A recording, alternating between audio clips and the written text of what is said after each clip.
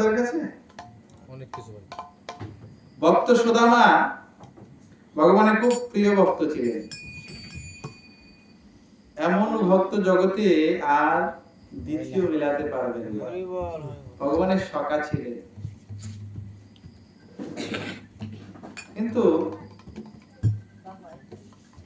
সর্বদাই চিন্তা করতেন কি করে কৃষ্ণকে সুখ দেওয়া যায়, সেই জন্য আমার জন্য কোনো দুঃখ না পায়। তার ক্লাসমেট ছিল, গুরুগৃহে একসঙ্গে অধ্যয়ন করেছে। যখন ভগবান শ্রীকৃষ্ণ মথুরার রাজা হয়েছে, দ্বারকা নির্মাণ করেছে, দ্বারকার রাজা হয়েছে, আর এদিকে ভক্ত সুদামা খুবই দারিদ্র অবস্থা, একেবারে জীর্ণ শীর্ণ দারিদ্র অবস্থা। তার স্ত্রী আর দুটো সন্তান প্রতিদিন কোনো না কোনো ভাবে, কোনোদিন আধ পেটি হয়ে, কোনোদিন অনাহারে, কোনোদিন শুধু জল পেয়ে জীবন কাটাতে হচ্ছে। একেবারে জীর্ণ শীর্ণ হয়ে গেছে। কোনোদিন পেট পুড়ে খেতে পারেনি। কিন্তু সবচেয়ে বড় কথা কি জানেন? কোনোদিন সে গোবিন্দকে ভুলিনি, কোনোদিন কৃষ্ণকে কোনোদিন ভুলিনি। আমাদের তো একটু ব্যত্যয় হলে, আমরা যদি একটু কষ্টে থাকি, হ্যাঁ, তাহলে অনেক সময় ভগবানকে তিরস্কার করে বলি, হ্যাঁ, ভগবান আমাকে দেখে না, হ্যাঁ, ভগবান আছে, ভগবান যদি থাকতো তাহলে আমার এই অবস্থা হতো না। এরকম দুঃখে কষ্টে আমরা ভগবানকে দোষারোপ করি। কিন্তু সুদামা কি করেছে জানেন? সুদামা প্রতিদিন আর প্রতিনিয়ত শ্বাসে প্রশ্বাসে হে কৃষ্ণ, হে গোবিন্দ, কৃষ্ণ হে গোবিন্দ, আর কৃষ্ণ গোবিন্দ বলে বলে কি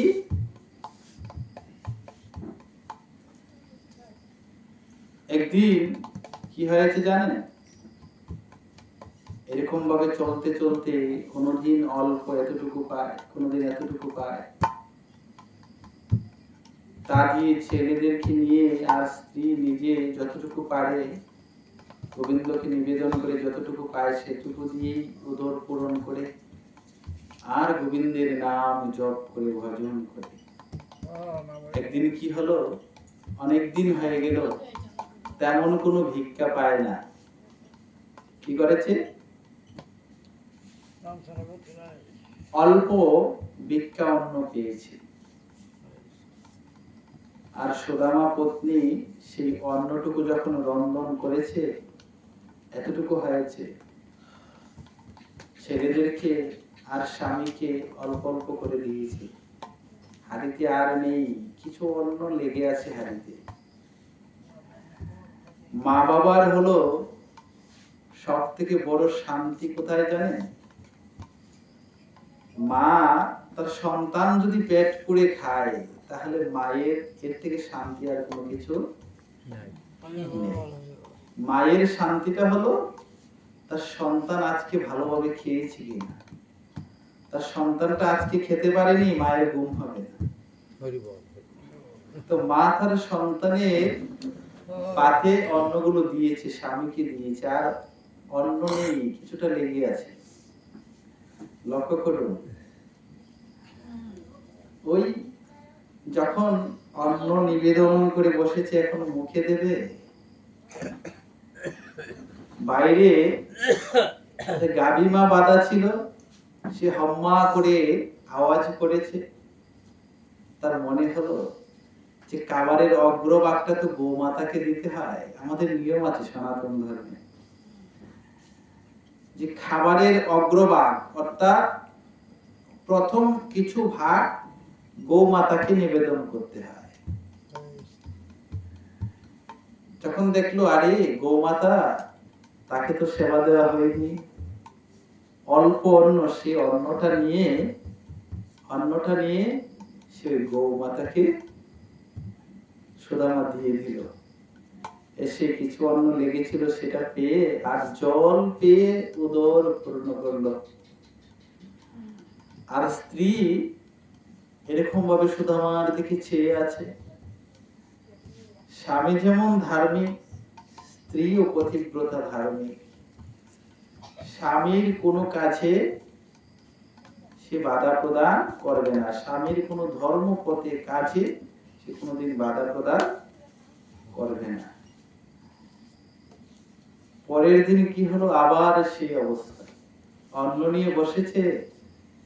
এমন সময় বাহিরে থেকে একজন ভিক্ষুক আসলো। আচ্ছা, ভিক্ষুকের ঘরে ভিক্ষুক এসেছে, চিন্তা করেছেন? ভিক্ষুক এসে বলছে যে বাবা, আমি 3 দিন কিছু খাইনি,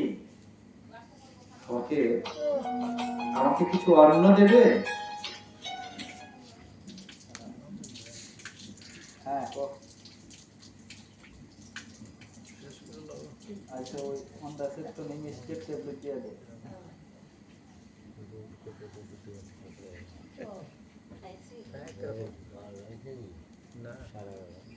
না না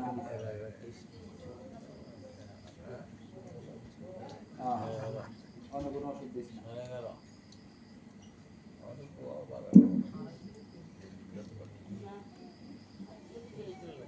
তো কি হয়েছে, পরের দিন ভিক্ষুক এসেছে, ভোজন নিয়ে বসেছে। যখন ভোজন নিয়ে বসেছে, ভিক্ষুক দরজা থেকে বলছে যে আমি 3 দিন কিছু খাইনি, আমাকে কিছু অন্ন দিবে, আমাকে কিছু ভিক্ষা দিবে? সুদামা তখন কি করলো জানেন? যে পাতাটার মধ্যে অন্ন নিয়ে বসেছিল, সেই পাতাটা এরকম মরিয়ে আর সেই ভিক্ষুকের হাতে দিয়ে বলল, তুমি সেবা করো। গৃহে ফিরে এসে আর নিজে জল পেয়ে শুয়ে গেল। আর কৃষ্ণ গোবিন্দ, দেখুন প্রতিনিয়ত কৃষ্ণ কৃষ্ণ, চলতে গেলে বলতে গেলে সর্বদাই কৃষ্ণ কৃষ্ণ কৃষ্ণ। মহাপ্রভু সে কথাটাই বলেছেন আমাদের, যে হাতে কর্ম করো, মুখে হরিনাম করো। হাতে করো গৃহ কর্ম, মুখে বলো হরি, অনাহাসে দিতে পারো ভব সিন্ধু পারি। সর্বদাই মুখে, মনে মুখে, হৃদয়ে কোনো একটা জায়গায় যেন ভগবানকে রাখো। ভগবান ছাড়া ছিল না, যেন যতক্ষণ কেউ কৃষ্ণ বলে কৃষ্ণ তার সঙ্গে থাকে। যখন কৃষ্ণ বলে না, তখন কৃষ্ণ দূরে চলে যায়। তো সুদামার এহেন অবস্থা দেখে সুদামা পত্নী বলছে আজকে যে স্বামী, তোমাকে কত করে বলছি, আচ্ছা আমাদের কথা না হয় নাই চিন্তা করলে, আমাদের 2 সন্তান আছে, আচ্ছা বলো কতদিন তারা পেট পুড়ে খায়নি, জীর্ণ শীর্ণ দেহ হয়ে গেছে না খেতে পেয়ে। আচ্ছা তোমার একজন খুব বন্ধু রয়েছে, রাজা, সে দ্বারকার রাজা ভগবান শ্রীকৃষ্ণ, তুমি সর্বদাই যার নাম নেও, আমরা যার পূজা করি, সে তো তোমার পরম বন্ধু, সখা। তুমি তার কাছে যাও, তার কাছে গেলে সে অবশ্যই তোমাকে কিছু না কিছু একটা ব্যবস্থা করে দেবে। বলছে আমি কৃষ্ণের কাছে কিছু চাইতে পারবো না, বলছে আমি চেয়ে তাকে কষ্ট দিতে পারবো না। সে রাজা, রাজার কাছে চেয়েও সে বন্ধুকে, কৃষ্ণকে, ভগবানকে কষ্ট দিতে চায় না। বলছে তোমাকে চাইতে হবে না, তুমি যাও। সুদামা পত্নীকে বলছে যে ঠিক আছে, আমি কালকে যাবো দ্বারকায়। সে যখন যাবে, স্ত্রীকে বলছে, ওগো, বন্ধুর বাড়িতে গেলে, আত্মীয়ের বাড়িতে গেলে কিছু নিয়ে যেতে হয়, ঘরে কি কিছু আছে? কিছু কি আছে? আচ্ছা দেখুন নিয়মটা, দেখুন প্রত্যেকে আসছে। মেয়ের বাড়িতে গেলে, কোনো আত্মীয় বাড়িতে গেলে, বন্ধুর বাড়িতে গেলে কোনো না কোনো কিছু নিয়ে যেতে হয়, খালি হাতে যেতে হয় না। সুদামা বলছে, বন্ধুকে এতদিন পরে দেখতে যাব, তার জন্য কি কিছু নিয়ে যেতে পারবো না? কিছু কি আছে? সুদামা পত্নী বলছে, দেখো আমি একটু দেখছি। ওই অন্ন থেকে কুদ বের হয় না, অল্প খুদ একটা পাত্রে জমা ছিল, সেই খুদটা একটা কাপড়ে পটলি বেঁধে দিয়েছে, যে না ওই খুদটুকু ছিল, আমাদের যা আছে তাই তো দেব, অন্য কি কোত্থেকে দেব, তাই না? যা আছে তাই নিয়ে যাও তোমার বন্ধুর জন্য। সুদামা অনেক দূর পথ আর পায়ে হেঁটে সে দ্বারকায় পৌঁছালেন। তার চরণ দিয়ে রক্ত ঝরছে, কোনো দিকে কাঁটা ঢুকে গেছে। এত দূরের রাস্তা, জঙ্গলের রাস্তা পার হয়ে সে দ্বারিকায় গিয়ে পৌঁছেছে। যখন দ্বারিকায় গিয়ে পৌঁছেছে, গেটের মধ্যে যখন যেতে লাগলো, দারোয়ান তাকে দাঁড় করালো। দারোয়ান দাঁড় করিয়ে বলছে, কোথায় যাচ্ছ? বলছে, আমি একটু মহলে যাব। কোথায়, কার? বলছে, কৃষ্ণের মহলে যাব। এটা তো কৃষ্ণের বাড়ি। বলছে, হ্যাঁ, তুমি কে? এমন আমাদের মহারাজকে এরকম নাম ধরে ডাকছো? দ্বারিকাধীশ বলো। বলছে, হ্যাঁ, তোমাদের দ্বারিকাধীশ, আমি তার সঙ্গে দেখা করতে চাই। বলছে, তোমার মতো এরকম ভিখারি তুমি দেখা করতে যাবে ওখানে? আমাদেরকে বলো তোমার কি প্রয়োজন, আমরা তোমার প্রয়োজন মিটিয়ে দেব। বলছে, জানো না, কৃষ্ণ আমার ছোটবেলাকার বন্ধু, আমার খুব ঘনিষ্ঠ সখা। তোমরা একটা কাজ করো, তোমরা কেউ একজন গিয়ে কৃষ্ণকে বলো যে তোমার বন্ধু এসেছে, সখা এসেছে, সুদামা এসেছে। তখন তারা হাসতে লাগলো, হট্ট হাসি, উপহাস করছে যে কোথায় রাজা কৃষ্ণ দ্বারিকাধীশ, আর এই ভিখারি তুমি হবে কৃষ্ণের বন্ধু, এটা সম্ভব হয়? তখন তাদের উপহাস শুনে কি করলেন? সুদামা খুব অভিমান হলো যে আসলেই তো আমার মতো লোক এই রাজার বন্ধু হয় কি করে? কৃষ্ণ কৃষ্ণ, কিন্তু কৃষ্ণ নাম ছাড়েনি। দেখুন, কৃষ্ণ নাম ছাড়েনি। সে কৃষ্ণ কৃষ্ণ বলতে বলতে পিছন ফিরে চলে যাচ্ছে। একজন দারোয়ান দৌড়ে গিয়ে কৃষ্ণকে বলছে যে, মহারাজ, ভগবান, আপনার নাকি একজন মিত্র এসেছে, আপনার সখা এসেছে, নাম বলেছে তার সুদামা। ভগবান তো অন্তর্যামী, সবকিছু জানেন।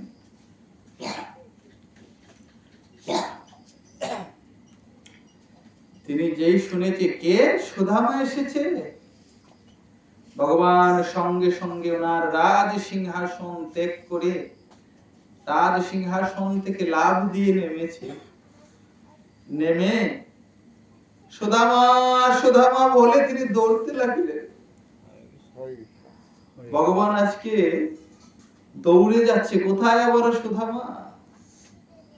রাজা হয়ে রাজার মর্যাদার সহিত চলতে হয়। তার অঙ্গবস্ত্র, তার মর্যাদাপূর্ণ পোশাক, কোনো কিছুর খেয়াল নেই, দৌড়ে চলছে। সুদামা সুদামা বলে অঙ্গবস্ত্রটা পড়ে গেল, পাদুকা পড়েনি, কালি পায়ে দৌড়ে যেতে লাগলো গেটের দিকে। দারোয়ানরা দেখে বিস্মিত হয়ে গেলেন যে আমাদের রাজা এরকম দৌড়ে কেন আসছে। দৌড়তে দৌড়তে দুয়ারিকে মানে দারোয়ানকে গিয়ে বলছে, কোথায় আমার বন্ধু, আমার সখা কোথায়? কোথায় আমার সুদামা? নয়ন জলে বুক ভেসে যাচ্ছে, এতদিন পর আমার সুদামা এসেছে।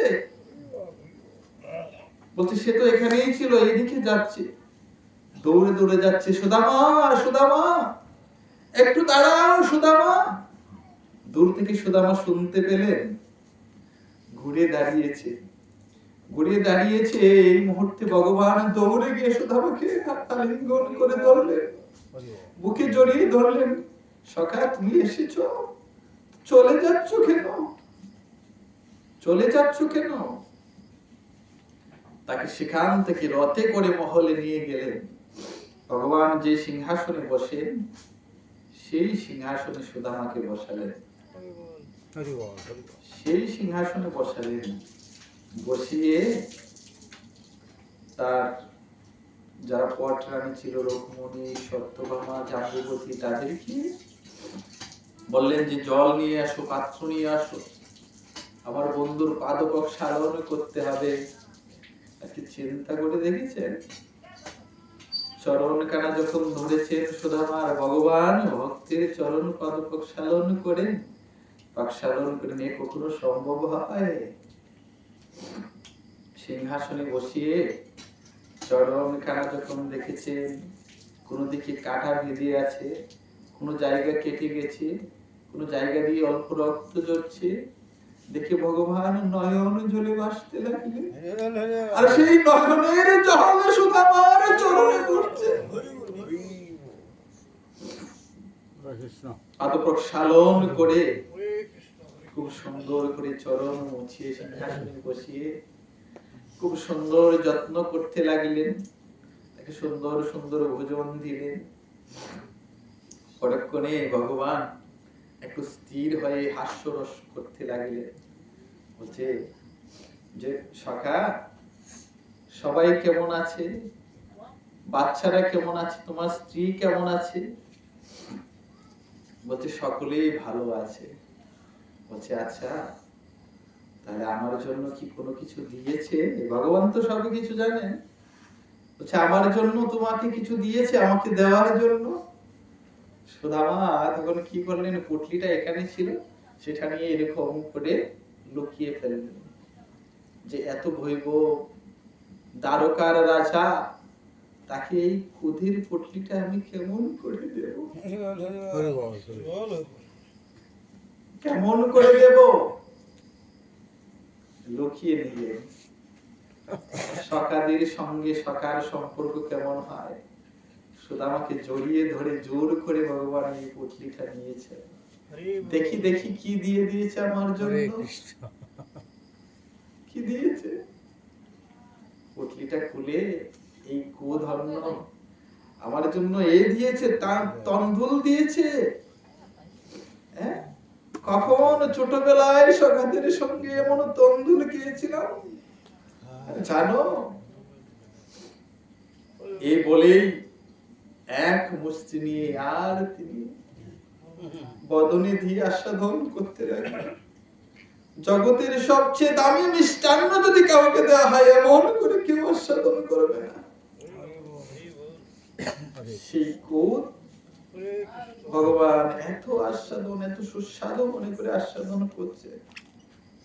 কেন জানেন? ভগবান বলেছে যে ভক্তি সহকারে তুমি পত্র পুষ্প ফল জল যাই আমাকে দাও, আমি তো সাদরে গ্রহণ করি।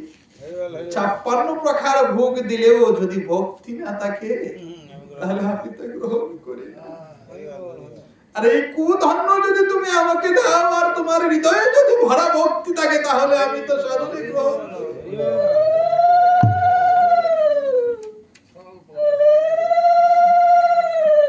ভগবান সেই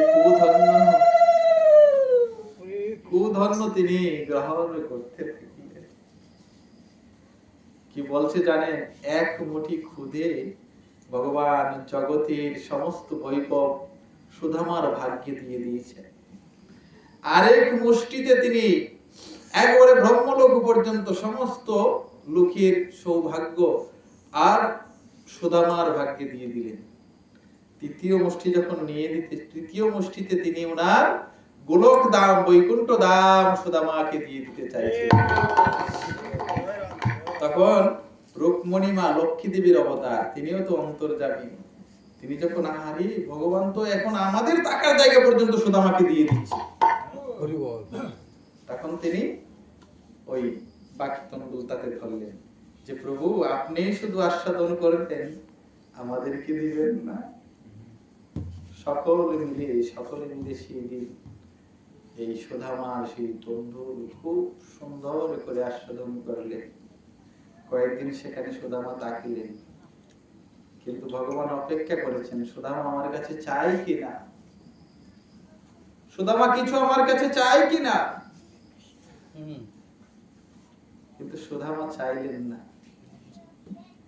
তিনি মনে মনে চিন্তা করছে, কি করে চাইবো আমি, কি করে চাইবো? কৃষ্ণ তো অন্তর্যামী, সে তো সব কিছু জানে।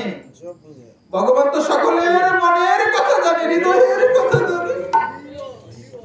তাহলে আমি ভগবানকে বলবো কেন? ভগবান আমার যদি কোনো কিছুর প্রয়োজন হয়, আমার যদি মঙ্গল হয়, তাহলে ভগবান নিজেই তো দিবেন, আমি কেন চাইবো? কোনো কিছু চাইনি। যেদিন চলে যাবে ভগবান বলছে, সুদামা তুমি কিছু বলতে চাও আমাকে? তুমি কি কিছু বলতে চাও? সুদামা বলছে, না কৃষ্ণ, আমি তোমাকে কিছুই বলতে চাই না, তবে তোমাকে দেখে, তোমার এই বৈভব দেখে আমি খুব শান্তি পেয়েছি, আমি খুব সুখ পেয়েছি, যে আর যা কিছুই হোক আমার কৃষ্ণ, আমার সখা, আমার বন্ধু তো সুখে আছে, সে তো শান্তিতে আছে। জগতে তুমি যদি সুখে থাকো তাহলে আমার সুখের সীমা নাই। ভগবান কি করলেন? সুদামাকে বিদায় দিলেন। সুদামা মনে মনে চিন্তা করছে যে বাড়িতে গিয়ে স্ত্রীকে কি বলবো যে কৃষ্ণ আমাকে কি দিয়েছে। এদিকে ভগবান কি করলেন জানেন? দেবশিল্পী বিশ্বকর্মাকে ডাকলেন, বলছে শোনো, খুবই অল্প সময়ের মধ্যে, নিমিষের মধ্যে, কারণ দেবশিল্পী কিছুক্ষণের মধ্যেই সবকিছু তৈরি করে দিতে পারে। কে? বিশ্বকর্মা। বলছে এই দ্বারকা, এই মহল যেমন দ্বারকা পুরীটা যেমন, তুমি সুদামাপুরী তৈরি করো, সেখানে সুদামাকে এরকম একটা, আমার এইরকম যেমন আমার মহল, এরকম একটা মহল তৈরি করে দাও, এরকম একটা নগরী তৈরি করে দাও, আর সেই নগরীর নাম হবে সুদামা। সুদামা আর এক পা এগুলে দু পা পিছায় বাড়িতে গিয়ে কি বলবে? যেতে যেতে যেতে যেতে একটা সময় যখন তার নগরীতে গিয়ে পৌঁছলো, দেখে চিনছে না যে এই নগরী কোত্থেকে এলো, আমি ভুল কোনো জায়গায় চলে এসেছি। যখন আরেকটু কাছে গেল, দূর থেকে নগরবাসীরা সবাই দেখে সুদামাকে ঘাড়ে তুলে নিয়ে আসলো। হ্যাঁ, গৃহের সামনে তার স্ত্রী ঘর থেকে বেরিয়ে তার স্বামীকে বলছে, যেমন জীর্ণ শীর্ণ পোশাক ছিল, এখন তো খুব সুন্দর সুন্দর পোশাক। স্বয়ং লক্ষ্মী মা সুদামার গৃহে চরণ ছিন্ন দিয়ে গেছেন, কৃপা করে গেছেন, কোনো কিছুর অভাব নেই। সুদামার স্ত্রী সুদামাকে গৃহে নিয়ে গেলেন, বলছে জানো, তোমার বন্ধু আমাদের এই সব কিছু তৈরি করে দিয়েছে। চিন্তা করুন না, সুদামা যদি চাইতো, কি চাইতে পারতো? কতটুকু চেয়ে নিতে পারতো? ভগবান দিয়েছেন ওনার যোগ্যতা অনুসারে। তাই বলছি কি, যে ভগবানের কাছে আমাদের কিছু চাইতে হয় না। ভগবানকে শুধু সেবা করলে, ভক্তি করলে ভগবান জানেন কখন আমাদের কখন কি লাগে। ভগবান কি বলছে জানেন? যে আমি আমার কাছে যদি কেউ অপরাধ করেছে, এটা আমি সয়ে নিতে পারি, আমি তাকে কোনো শাস্তি দেই না। কিন্তু আমার ভক্তের সঙ্গে যদি কেউ কোনো অপরাধ করে, আমি তাকে ছাড়ি না। ভক্ত তার এত প্রিয়, যিনি ভগবানের সেবা করেন, তাকে ভগবান চোখে চোখে রাখে, একবারে চোখে চোখে। কেমন? মা যেমন তার সন্তানকে সবসময় চোখে চোখে রাখে, ভগবান তেমন তার ভক্তকে এমনই চোখে চোখে রাখে। তার কখন কি প্রয়োজন, কখন কি লাগবে, সেটা ভগবান যখন যা প্রয়োজন সেটা দিয়ে থাকে। আমরা অনেক সময় মনে করি আমার এমন কষ্ট কেন, জানেন? মাঝে মধ্যে আমাদের কেন কষ্ট হয়? বিভিন্ন ছোট ছোট দুঃখ আসে। অনন্ত জন্মের পাপ আমরা করে এসেছি। এর পূর্বে যে জন্ম ছিল, আমরা বিভিন্ন জন্মে বড় বড় পাপ করেছি, যেই পাপের বড় বড় শাস্তি হতে পারত। আরো ধরেন 50 জন্ম নিতে হতো। ভগবানের ভক্ত হলে ভগবান ছোট ছোট দুঃখ দিয়ে সেই পাপ গুলোকে খণ্ডন করে নেয়। হ্যাঁ, একবারে ধুয়ে মুছে পরিষ্কার করে নেয়, সে যেন আমার কাছে আসতে পারে, সে যেন আমার চরণের সেবা লাভ করতে পারে। কিন্তু ভগবান ভক্তকে কখনো ডুবতে দেয় না, নজর ছাড়া করে না। তাই বলছে, কি বলছিলাম, যে ভগবানের কাছেও আমরা যদি প্রতিনিয়ত কোনো কিছু চাইতে থাকি, যে ভগবানকে আমরা ভালোবাসি, যে আমাদের পরম আপনজন, প্রিয়জন, তার কাছে আমরা চাইবো কেন? সন্তান যে বাবা, অনেক সন্তান আছে বাবার কাছে কোনো কিছু চাইতে হয়, বাবা আমার শার্ট লাগবে, প্যান্ট লাগবে, হ্যাঁ, বাবার নজরে যখন পড়ে, হ্যাঁ, যে আমার ছেলেটার জুতোটা ছিঁড়ে গেছে, আনতে হবে, প্যান্ট একটা বানিয়ে দিতে হবে, সে এখন স্কুলে যায়, তার দুটো তিনটে করে শার্ট প্রয়োজন, বানিয়ে দিতে হবে, বলতে হয় বাবাকে? বলতে হয় না। তো ভগবান এরকম ভাবে আমাদের সকল চাহিদা পূরণ করে থাকে। তো তারপরে কি বলছে? মান ঘাটে নিত পরগড় যায়। বলছে পরের ঘরে, অর্থাৎ অন্যের ঘরে প্রতিনিয়ত বা প্রতিদিন আমাদের যাওয়া উচিত নয়, কোনো প্রয়োজন ছাড়া। কি হয়? আমাদের মান নষ্ট হয়ে যায়, মান ঘাটে, তার নজরে